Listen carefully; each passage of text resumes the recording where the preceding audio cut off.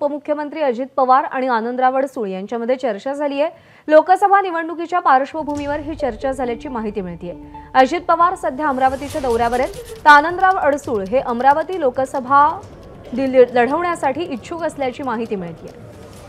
प्रणय निर्वाण आपले प्रतिनिधी सध्या आपल्या सोबत आहेत। प्रणय, राणा दाम्पत्य विरुद्ध आनंदराव अडसूळ असं वाकयुद्ध रंगलेलं असताना आता उपमुख्यमंत्र्यांसोबतची ही भेट, अमरावतीत नेमकं काय घडतंय?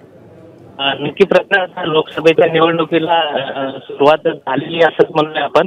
आणि विशेष म्हणजे सर्व महाराष्ट्राचे लक्ष लागलेलं आहे तो अमरावती लोकसभेत, कारण अमरावती लोकसभेच्या विद्यमान खासदार नवनीत राणा यांनी 2 दिवसापूर्वीच एका खाजगी कार्यक्रमात जाहीर केले की मी आता दुसऱ्यांदा मैदानात उतरलेली आहे, तुम्ही सगळ्यांचा मला आशीर्वाद।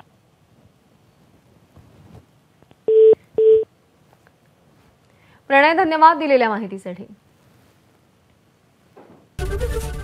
एबीपी माझा, उघडा डोळे बघा नीट।